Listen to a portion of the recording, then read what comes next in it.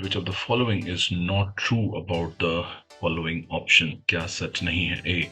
Vertebroplasty includes percutaneous injection of polymethylene methacrylate into the vertebral body. B. It is mainly done in infections like tuberculosis. C. Kyphoplasty is safer and superior to vertebroplasty in terms of the final results.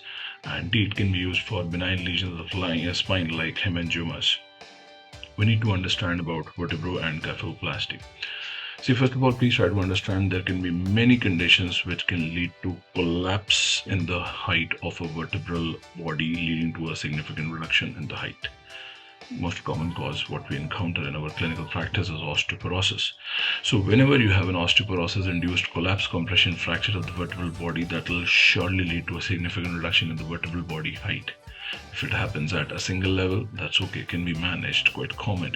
But imagine if it happens at multiple levels, then don't you think that if there is a collapse in the height at multiple levels in the spine will have a tendency to go into a forward collapse, to go into a forward bending under the influence of one's own body weight.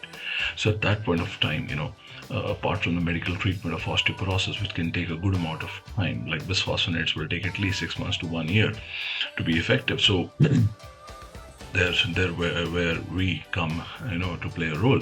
So you can do a surgical augmentation of the vertebral body height, and the first surgery that comes in line is what is called as vertebroplasty. I'm sure you all can see on your screens right now. On the left hand side you have a fractured vertebra, and then cement is injected directly into the fractured vertebra. Now the point is that when you inject a cement, as I'm sure you all can see on your screens, as a cement is injected into the fractured vertebra, there's quite a possibility of extravasation or leakage of the cement. Why? I'll tell you why. The underlying disease which has caused fracture is osteoporosis. Pore, hole, छेद. So there are pores inside the vertebral body. So if at all you put any cement inside the vertebral body, there is quite a possibility of leakage of cement into the adjacent areas, into the neurological canal, into the spinal cord. So leakage is a big problem. So vertebroplasty was therefore that was the reason why vertebroplasty was further replaced by kyphoplasty, which is popularly known as balloon kyphoplasty. So in balloon kyphoplasty, you do not directly inject cement into the collapsed vertebral body. First of all, you put a balloon, a deflated balloon inside. I'm sure you all can appreciate on that screen. Then you inflate the balloon, then you put cement inside the balloon, so that cement remains inside the balloon and balloon remains inside the vertebral body, so there are hardly any chances of leakage or extravasation. So technically, balloon kyphoplasty is for sure a safe and a superior surgery as compared to vertebroplasty.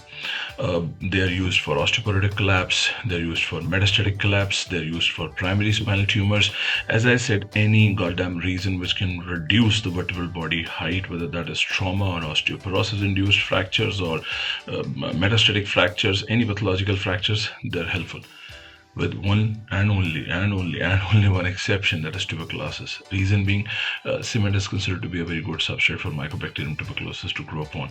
So technically we should avoid doing cementing over there because it is known to reactivate even the latent form of tuberculosis. There's just one photograph. I wanted to share one clinical photograph so that you have a little better orientation of what I'm actually talking about. So you can see the before, you can see the after, you can see the significant reduction in the vertebral body height. Of course, it was due to this particular case was due to a trauma-induced collapse, and again you can see the height has been restored. So it's a single level collapse. Single level collapse is usually due to trauma.